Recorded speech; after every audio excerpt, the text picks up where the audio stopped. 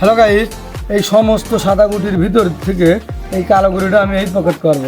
তো দেখুন কিভাবে এই কালো গুঁড়িটা আমি এই পকেট করি এবং কোন জায়গায় স্ট্রাইকটা বসাই, কোন জায়গায় লাগাই, আর কিভাবে সম্ভাবে এই সমস্ত গুটির ভিতর দিয়ে এই কালো গুঁড়িটা এই পকেটে নেওয়া।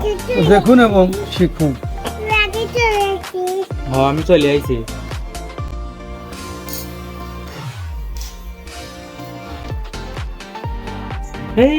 হ্যালো গাইস, আপনারা দেখলেন কোনো গুটি কিন্তু পকেটে যায়নি, শুধু কালো গুঁড়িটাই গেছে।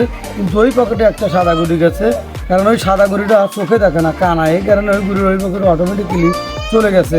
তো আমার ভিডিও যদি আপনাদের ভালো লাগে, লাইক কমেন্ট শেয়ার করতে ভুলবেন না। ভালো থাকুন।